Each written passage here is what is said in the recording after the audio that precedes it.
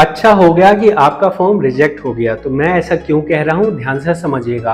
देखिए, आपने फॉर्म 19 भरा था 8 जून को, जो रिजेक्ट कर दिया गया, और रिजेक्ट में लिखा है वार्निंग 520। ये इन्होंने अपना जो ये वार्निंग है इसका कोड रखा है, और इसके बाद में इन्होंने लिखा है member ID having pending transfer in detail, kindly verify the detail using member. ठीक है, अब इसका मतलब ये होता है कि जो आपने अभी ट्रांसफर लगाया था वो आपका पेंडिंग में पड़ा हुआ है, पहले उसको क्लियर हो जाने दीजिए, उसके बाद ही आप फाइनल सेटलमेंट कीजिएगा।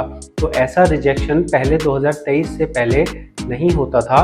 पहले ऐसा होता था कि आप ना पुरानी आईडी का पैसा ट्रांसफ़र नहीं करते थे और फॉर्म 19 भर देते थे, लेकिन ऐसे में क्या होता है कि पुरानी आईडी के पैसे आए नहीं, सिर्फ नई आईडी के पैसे आते थे। तो यहाँ आप तारीख देख लीजिए, यहाँ पे 8 जून को यहाँ फॉर्म भरा गया है। अब मैं आपको इनकी पासबुक पे ले चलता हूँ और दिखाता हूँ कि इनका ट्रांसफ़र कब क्लियर हुआ है। तो आप देखेंगे तो यहाँ ट्रांसफ़र क्लियर हुआ है 1 जुलाई को।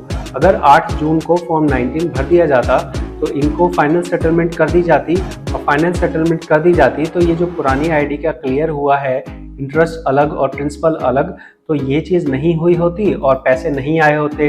अब आप देख के हैरान हो जाएंगे कि इनका कितना बैलेंस था जो अगर पास कर दिया जाता तो नहीं मिलता इन्हें। यहाँ आप देख सकते हैं ये लगभग 2 लाख रुपए हैं, जो अगर फॉर्म 19 जो है 8 जून को अगर पास कर दिया जाता तो इनका अमाउंट नहीं होता, फिर इनके पैसे फंस जाते, और अगर दोबारा से फॉर्म 19 भरते तो क्लेम ऑलरेडी सेटल्ड करके रिजेक्ट कर दिया जाता।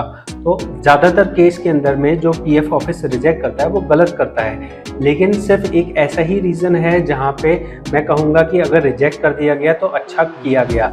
लेकिन यहाँ पे एक चीज़ और ध्यान रखिएगा कि आपको ऐसा लगता है कि भाई मेरा तो ट्रांसफ़र हो चुका था, मेरे पास एसएमएस आ चुका था, फिर ये ऐसा क्यों हो गया कि यहाँ पे पेंडिंग में पड़ा है। तो मैं आपको समझा देता हूँ। देखो, जब ट्रांसफ़र होता है तो ट्रांसफ़र की एक एंट्री आ जाती है, और उस एंट्री में सब्जेक्ट टू वेरिफिकेशन लिखा रहता है। ये सब्जेक्ट टू वेरिफिकेशन ना एक चोचलेबाजी है। ये चोचलेबाजी कहती है कि जब न्यू पीएफ ऑफिस में चला जाएगा, न्यू पीएफ ऑफिस में, तो न्यू पीएफ ऑफिस वाला उसको किसी तरह से अपने रिकॉर्ड में वेरीफाई करता है। ये सिर्फ ड्रामा है भाई। अगर तुम्हारे रिकॉर्ड में एंटर हो गया तो कम से कम इस चीज़ को तो ऑटोमेटिक कर दो, इसके लिए भी मैनुअल प्रोसेस करने की क्या ज़रूरत है। तो यहाँ पे जो फॉर्म ट्रांसफ़र हो गया होगा वो जून में ही हो गया होगा, लेकिन जून से लेकर जुलाई तक ये ट्रांसफ़र जो है सब्जेक्ट टू वेरिफिकेशन में पड़ा रहा, और फिर जाके कहीं उसको होश आया, जो अधिकारी है उसको होश आया, और उसने 1 जुलाई को जाके इस ट्रांसफ़र को कंप्लीट किया है। अगर ऐसा नहीं हुआ होता, रिजेक्ट नहीं हुआ था, तो व्यक्ति के 2 लाख रुपए फंस जाते।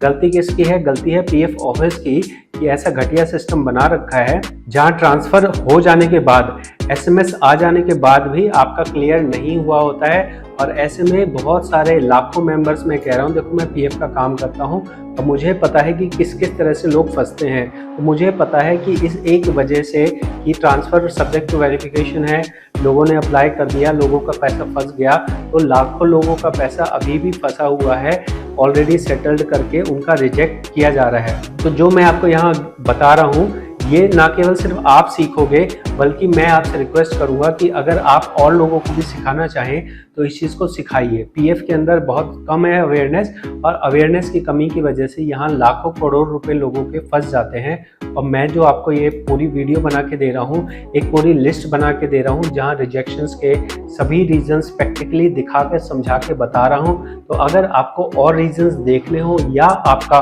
कोई भी डाउट हो पीएफ से रिलेटेड, तो मैं अभी अलग अलग प्लेलिस्ट बना रहा हूँ जहाँ पे मैंने सारा अपना ज्ञान डाल रखा है। आप वहाँ से जाके फ्री में वीडियोस देख सकते हैं। और अगर आपको एज ए पार्ट टाइम काम इसे सीखना हो, अगर आप पीएफ ईएसआई कंसल्टेंट के तौर पे अपना काम करना चाहें, तो आप मेरा कोर्स ज्वाइन कर सकते हैं, जिसमें मैं आपको पर्सनली जो चीज़ें आपको मैं यहाँ यूट्यूब पे प्रैक्टिकली दिखा रहा हूँ, इसी तरह से आपको प्रैक्टिकली कोर्स में सिखाता भी हूँ। तो यहाँ पे जो मैंने आपको ये रिजेक्शन बताया है, इसका बस आपको इतना ही करना है कि आपको यहाँ पे ट्रांसफ़र क्लियर होने का वेट करना है, और उसके बाद आपको 1910C भरना है, तब जाके आपका पूरा पैसा आएगा। तो ये जानकारी भरी वीडियो आपको कैसी लगी, 10 में से कितने नंबर देंगे ये बता दीजिए। तो आप इस चैनल को सपोर्ट करने के लिए सब्सक्राइब कर दीजिए। बहुत बहुत धन्यवाद।